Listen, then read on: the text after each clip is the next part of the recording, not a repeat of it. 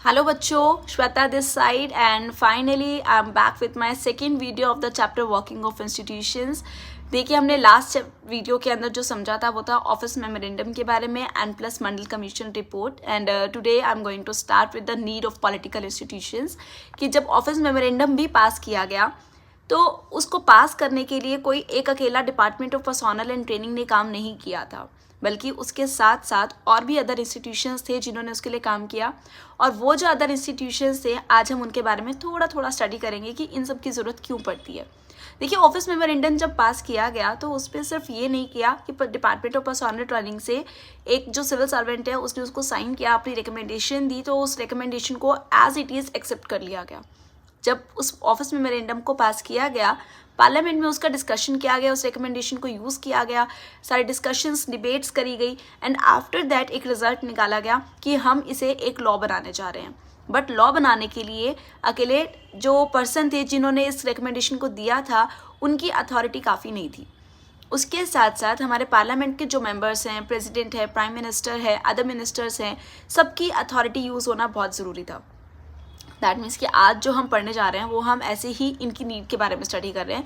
कोई भी बिल जब पार्लियामेंट में डिस्कस किया जाता है या कोई भी स्पेसिफिक इशू है, अगर उसे डिबेट एंड डिस्कशंस में लाया जा रहा है तो उसके बाद जाके वो लॉ तभी बनता है जब सारे के सारे पॉलिटिकल इंस्टीट्यूशंस उसके लिए मेजॉरिटी अपनी शो करते हैं। और वो मेजॉरिटी कम से कम भी 2/3 मेजॉरिटी का होना ज़रूरी होता है। तो पॉलिटिकल इंस्टीट्यूशंस तो होंगे, और वो क्यों होंगे? क्योंकि हमारी कंट्री एक डेमोक्रेटिक कंट्री है जहाँ पर बहुत सारे लॉज होते हैं जिनको डिस्कस करना बहुत ज़रूरी होता है।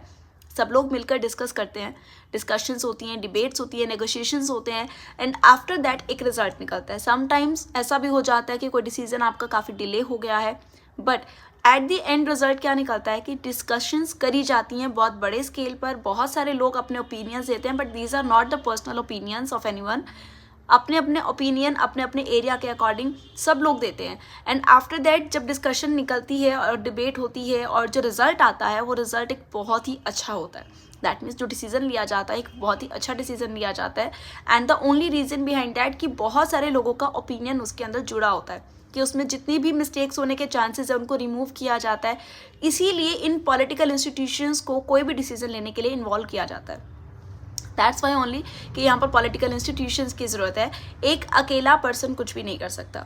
जैसे कि हमने बात करी थी लास्ट टाइम कि जनता दल पार्टी ने विन किया और उसने इस मंडल कमीशन रिपोर्ट की रिकमेंडेशन को यूज़ किया कि एक मैनिफेस्टो की तरह, और फाइनली उसको यूज़ किया कि हम रिकमेंडेशन को अप्रूव करते हैं और हम ये जो रिपोर्ट है इसके अकॉर्डिंग सभी को रिजर्वेशन प्रोवाइड करते हैं।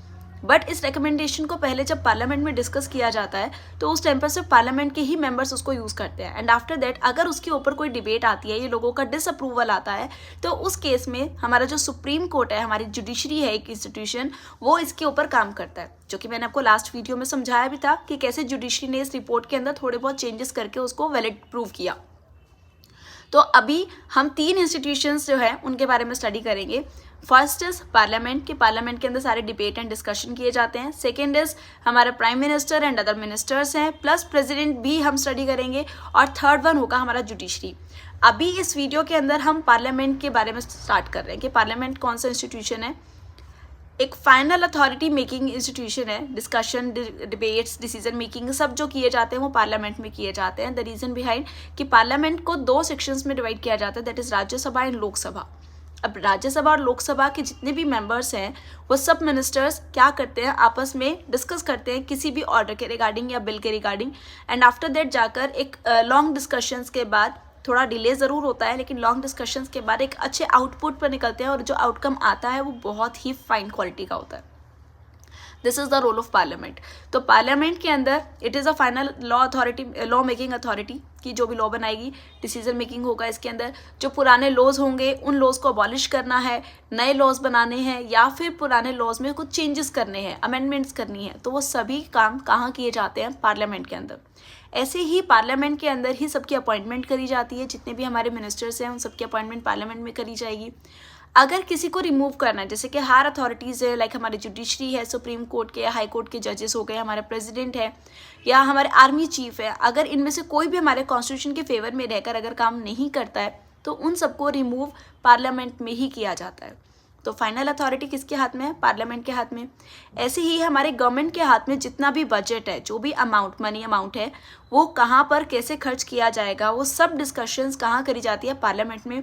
और हमारी जो गवर्नमेंट रन करते हुए मिनिस्टर्स है, स्पेशली जो अपनी मर्जी से कुछ भी करने की इच्छा रखते हैं, अगर वो हमारे कॉन्स्टिट्यूशन के फेवर में रह के काम नहीं करते हैं तो पार्लियामेंट के पास पूरा राइट होता है कि वो उनसे क्वेश्चंस पूछ सकती है इस बारे में कि आपने ये जो डिसीजन लिया, आपने ये कैसे लिया, किस बिहाफ पर लिया, और क्या उसमें चेंजेस करने की ज़रूरत थी, क्या आपको नहीं लगा कि आपको डिस्कस भी करने की ज़रूरत थी। तो उनसे क्वेश्चंस पुट कर सकते हैं, पूछ सकते हैं उनसे कि आपने ये किस बिहाफ पर किया काम। तो हमारी गवर्नमेंट अपनी डिक्टेटरशिप को स्टार्ट नहीं कर सकती है, हमारी गवर्नमेंट जो है वो एक टिरानी क्रिएट नहीं कर सकती है। तो वो किस वजह से पॉसिबल है? Just because of parliament. तो पार्लियामेंट एक कंट्रोल बना के रखती है हमारे सभी मिनिस्टर्स के ऊपर, हमारी जुडिशरी के ऊपर, कि कोई भी हमारे कॉन्स्टिट्यूशन के फेवर से साइड रहकर कोई काम ना कर सके। किसी को ये ना लगे कि हम गवर्नमेंट रन कर रहे हैं तो सारी अथॉरिटी हमारे हाथ में है और हम अपनी मर्जी से पूरी गवर्नमेंट को और पूरी कंट्री को रन करेंगे। तो सभी को एक कॉन्स्टिट्यूशन के फेवर में रह के काम करना होता है, और वो पॉसिबल सिर्फ और सिर्फ तभी होता है जब हमारी पार्लियामेंट एक्शन में होती है। अगर हमारे पार्लियामेंट के हाथ में ये पावर्स नहीं होंगी तो हमारे जो मिनिस्टर्स हैं वो अपनी टिरानी डेफिनेटली क्रिएट करेंगे, जिसकी वजह से रिजल्ट जो होगा वो हमारी कंट्री के लिए एक बहुत बुरा रिजल्ट हो सकता है।